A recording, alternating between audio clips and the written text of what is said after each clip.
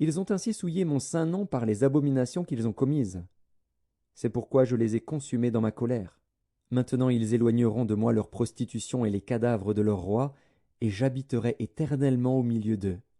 Toi, fils de l'homme, montre ce temple à la maison d'Israël, qu'ils en mesurent le plan, et qu'ils rougissent de leurs iniquités.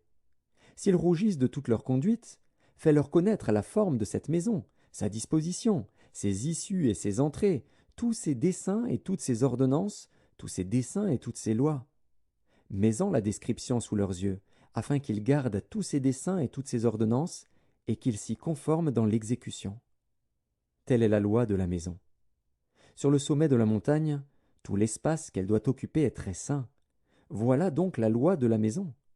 Voici les mesures de l'autel, d'après les coudées dont chacune était d'un palme plus longue que la coudée ordinaire.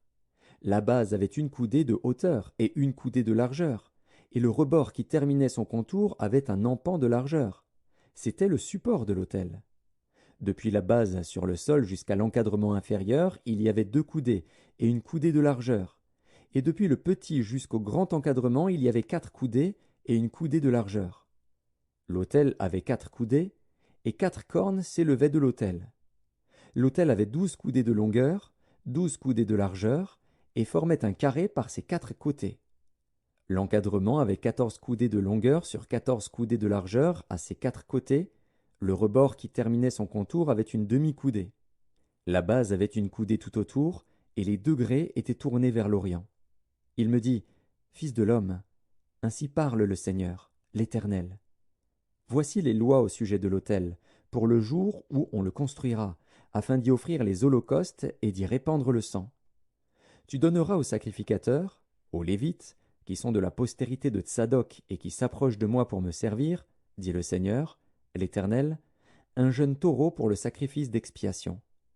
Tu prendras de son sang, et tu en mettras sur les 4 cornes de l'autel, sur les 4 angles de l'encadrement, et sur le rebord qui l'entoure. Tu purifieras ainsi l'autel, et tu en feras l'expiation. Tu prendras le taureau expiatoire, et on le brûlera dans un lieu réservé de la maison, en dehors du sanctuaire. Le second jour, tu offriras en expiation un bouc sans défaut. On purifiera ainsi l'autel, comme on l'aura purifié avec le taureau. Quand tu auras achevé la purification, tu offriras un jeune taureau sans défaut, et un bélier du troupeau sans défaut. Tu les offriras devant l'Éternel. Les sacrificateurs jetteront du sel sur eux, et les offriront en holocauste à l'Éternel. Pendant 7 jours, tu sacrifieras chaque jour un bouc comme victime expiatoire. On sacrifiera aussi un jeune taureau et un bélier du troupeau, l'un et l'autre sans défaut.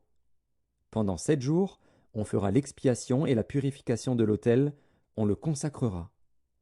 Lorsque ces jours seront accomplis, dès le 8e jour et à l'avenir, les sacrificateurs offriront sur l'autel